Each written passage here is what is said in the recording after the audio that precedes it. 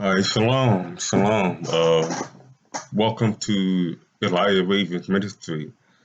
It's been a while since I've been back. I wanted to make a video, quick video. Uh, I started getting into the scripture. I was like, you know what, this is a good idea because I've been wanting to get back I've been wanting to get back into making, preparing, um, edification or lessons is the first word that came to my mind. But edification on, certain topics that have come across as, popular thing. Um, let me see if I can think of an example lately that has been a popular thing that is off. Dietary law. I can't think of any off top, which is probably why I haven't made a video. I didn't think it was too something to work on. But at the same time, I've been working. I've been, focused on staying on top of my bill, moving forward in life, planning ahead, you know, and maintaining. I've been basically maintaining. So I haven't been making videos lately, but I did have an idea of where I could start getting back into the ministry and being more consistent with you guys that do view my video. And that is when get into the scripture, and I get into the scripture, but I get into it from me, and I don't share it with anybody. So I think that's what the direction the Father wants me to take it in. So walking in faith. I wanted to read 2 Thessalonians 2 because it was highlighted, and I just basically opened the book and it was already highlighted. And most of the scriptures I have in here are highlighted because those are the ones that have deep meaning, and based on the foundation that we learn from, we can see the scriptures expose a lot of falsehoods that are current today, that a lot of us have been taught and a lot of us grew up in, even as well, a lot of us after we come into the faith hold on to. So, um, since this is basically going to be about, if you look at my previous videos, I talk a lot about apostasy and idolatry and how we are worshiping Jesus Christ as a Messiah.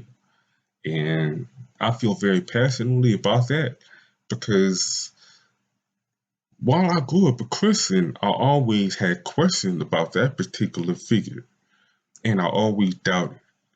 And when you're under the authority of your mother, or when you're under the authority of your parent, you really don't have a say. You can have questions, but you really don't have a say.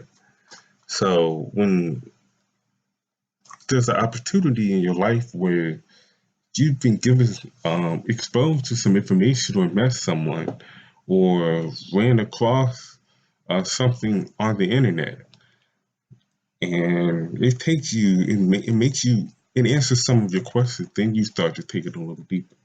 So let me stay humble here. I know I'm rambling on. Let me stay humble here. So let me go ahead and read this. 2 Thessalonians 2, verse 2. So ye be not shooken in mind, or be troubled, neither by spirit, nor by word, nor by letter, as from us, as that day of. Okay, the way I'm going to read this is the way it's originally written.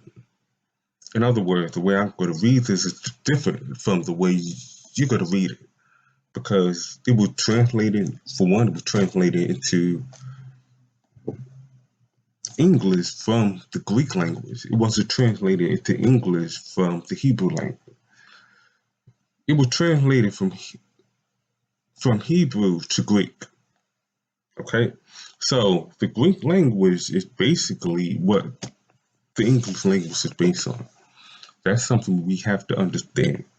So what the Greeks did, and I'm not going to make a video. I'm going to make a video about that later on. That's one of the topics that uh, I feel that needs to be talked about because we don't understand how it was translated. We just automatically think it came from Hebrew, and that's not the case.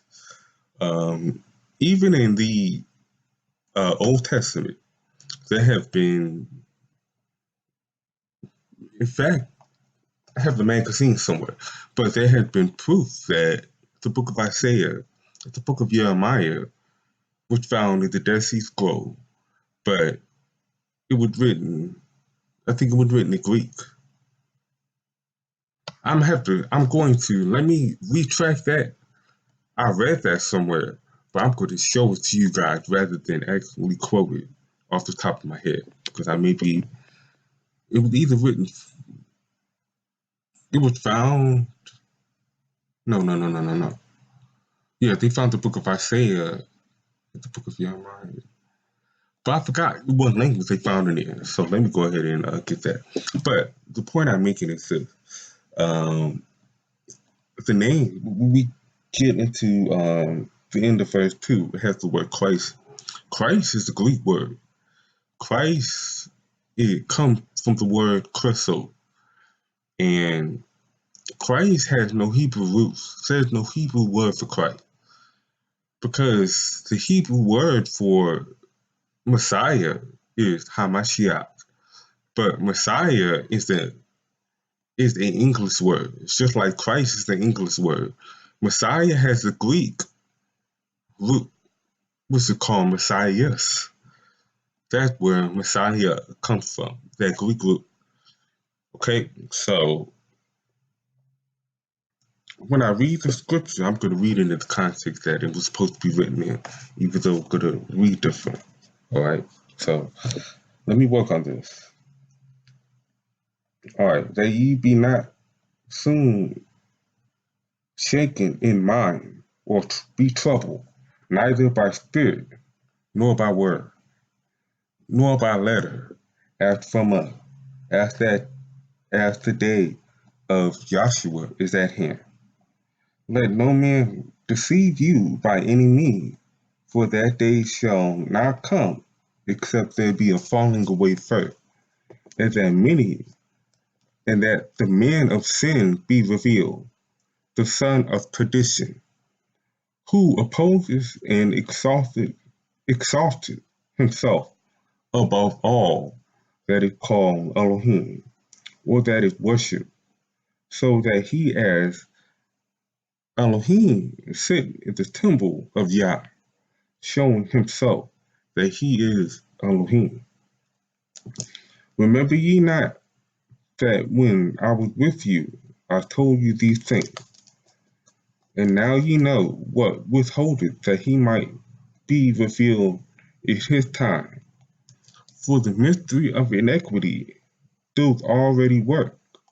Only he who now letteth will let, until he be taken out of the way. Then shall that wicked be revealed, whom Adam shall consume with the spirit of his mouth, and shall destroy with the brightness of his coming. Even him who coming is after the working of Hasatan, with all power, signs, and lying wonders. Now you see the way I read it. I did freestyle a bit on verse 4. You may question why I said Yah when all the other was Elohim. And I said Yah behind the temple of Yah because the temple that Solomon built was the temple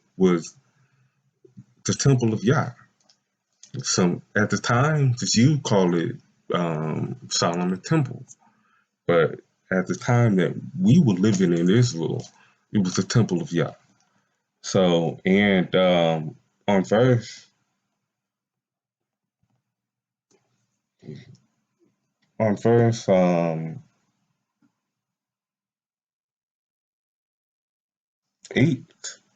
I did say Adam because okay, look, if we read verse 9, no, if we read verse 7, then read verse 8, then read verse 9, that's basically the story of the garden.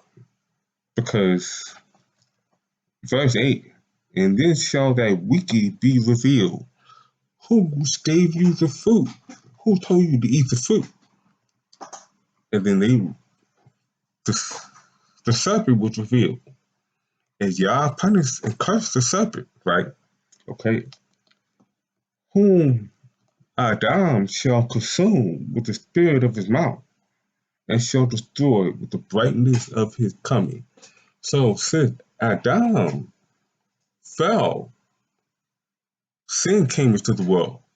But when Adam resurrected, he comes with the spirit of his mouth and the brightness of his coming because he has resurrected. Okay? And even him who is coming after the working of Satan with all power and sign and lying wonder, even him that cometh with the power. Okay, that serpent that people think was in the gardens, that wasn't Satan. That was a serpent. He had the power of Satan.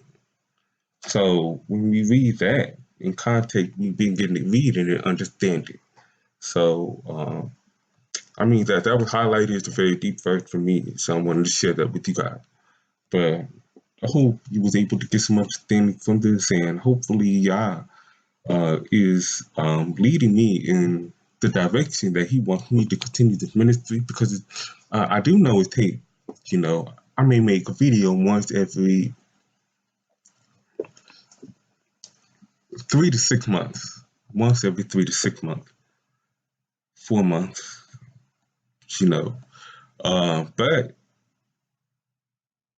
I pray that this continue to help us build an understanding of Yah. So may Yah be with you. Shalom.